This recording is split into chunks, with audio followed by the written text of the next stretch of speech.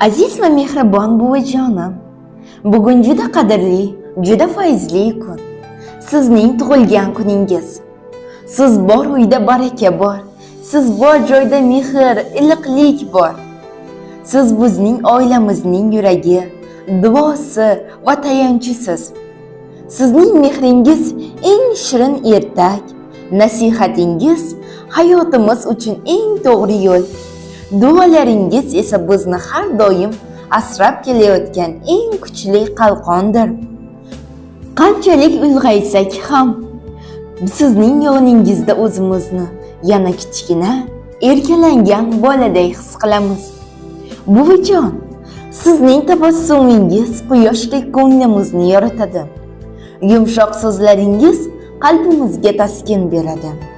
Siz sabr, matonat, mehr-oqibat va donolikning tirik timsolisiz. Sizdan o'rgangan har bir odob, har bir so'z biz uchun bebaho xazinadir.